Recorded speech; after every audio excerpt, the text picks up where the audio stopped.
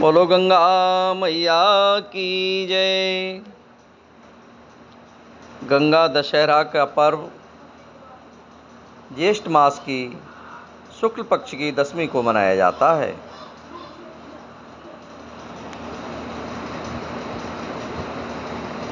गंगा मैया का अवतरण हुआ था गंगा दशहरा, इसलिए यह तिथि अधिक महत्वपूर्ण है।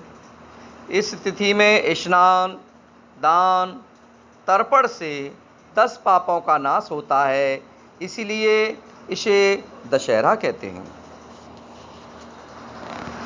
साथियों, इस दिन गंगा में स्नान का विशेष महत्व है। गंगा स्नान से व्यक्ति के सारे पापों का नाश दूर हो जाता है। यह जल वर्षों रखने पर भी खराब नहीं होता है। प्राचीन काल में अयोध्या में सगर नाम के राजा राज्य करते थे। उनकी 2 रानियां थीं, केशनी और सुमति। केशनी से अंशुमान नामक पुत्र हुआ था तथा सुमति के 60,000 पुत्र थे। एक बार राजा सगर ने अश्वमेध यज्ञ किया।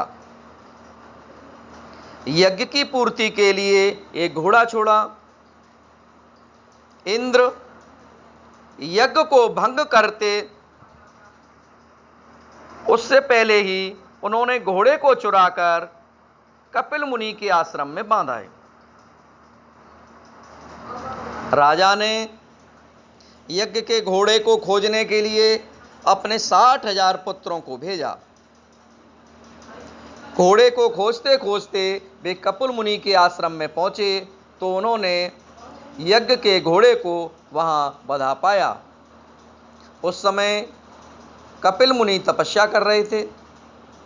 उन्हें कुछ पता ही नहीं था कि कौन घोड़ा बांध गया, कौन नहीं। राजा के पुत्रों ने कपिल मुनि को चोर चोर कहकर पुकारना शुरू कर दिया। कपिल मुनि की समाधि टूट गई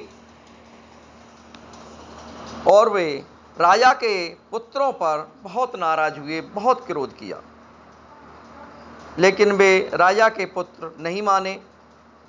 इसके बाद कपिल मुनि ने उन्हें क्रोध अग्नि में जला करके भस्म कर दिया।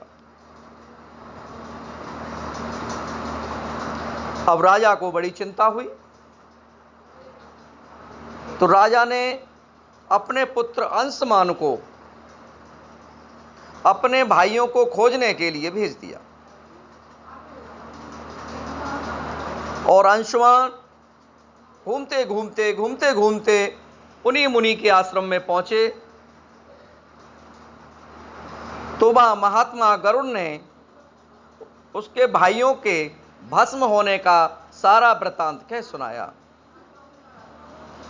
गरुड़ जी ने अंशुमान को यह भी बताया कि यदि इनकी मुक्ति चाहते हो तो गंगा जी को स्वर्ग से धरती पर लाना होगा।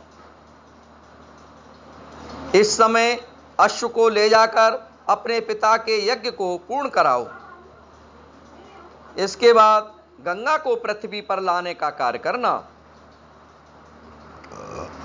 अंशुमान ने घोड़े सहित यज्ञ मंडप में पहुंचकर राजा सगर से सब वृतांत कह सुनाया। महाराज सगर की मृत्यु के पश्चात अंशुमान ने गंगा जी को पृथ्वी पर लाने के लिए तप किया, परंतु वह सफल नहीं हो पाए। इसके बाद उनके पुत्र दिलीप ने भी तपस्या की, परंतु वह भी सफल नहीं हो पाए। अंत में दिलीप के पुत्र भागीरथ ने गंगा जी को पृथ्वी पर लाने के लिए गोकर्ण तीर्थ में जाकर कठोर तपस्या की। तपस्या करते करते कई वर्ष बीत गए। तब जाकर के ब्रह्मा जी प्रसन्न हुए तथा गंगा जी को पृथ्वी लोक पर ले जाने का वरदान दिया। अब समस्या यह थी कि ब्रह्मा जी के कमंडल से छूटने के बाद गंगा के वेग को पृथ्वी पर कौन संभालेगा। ब्रह्मा जी ने बताया, इस भूलोक में भगवान शंकर के अतिरिक्त किसी में यह शक्ति नहीं है जो गंगा के वेग को संभाल सके।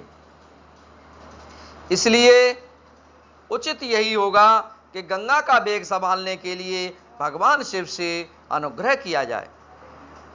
महाराज भागीरथ एक अंगूठे पर खड़े होकर भगवान शंकर की आराधना करने लगे। उनकी कठोर तपस्या से प्रसन्न होकर शिव जी गंगा को अपनी जटाओं में संभालने के लिए तैयार हो गए। गंगा जी जब देवलोक से पृथ्वी की ओर बढ़ी तो शिव जी ने गंगा जी की धारा को अपनी जटाओं में समेट लिया। कई वर्षों तक गंगा जी को जटाओं से बाहर निकालने का रास्ता नहीं मिल सका। तो भागीरथ ने फिर भोलेनाथ से अनुविनय किया और गंगा को अपनी जटाओं से मुक्त करने के लिए भोलेनाथ तैयार हो गए। इस प्रकार शिव जी की जटाओं से छूटकर गंगा जी हिमालय की घाटियों से निकलकर कल कल निनाद करके मैदान की ओर बढ़ी। जिस रास्ते से गंगा जी जा रही थी उसी मार्ग में ऋषि जनहु का आश्रम था। तपस्या में विघ्न समझकर वे गंगा जी को पी गए। भागीरथ के प्रार्थना करने पर उन्हें पुनः जांग से निकाल दिया। तभी से गंगा जनहु पुत्री या जाह्नवी कहलाईं। इस प्रकार अनेक स्थलों को पार करती हुई जाह्नवी ने कपिल मुनि के आश्रम में पहुंचकर सागर के 60,000 पुत्रों के भस्म अवशेषों को तार कर मुक्त किया।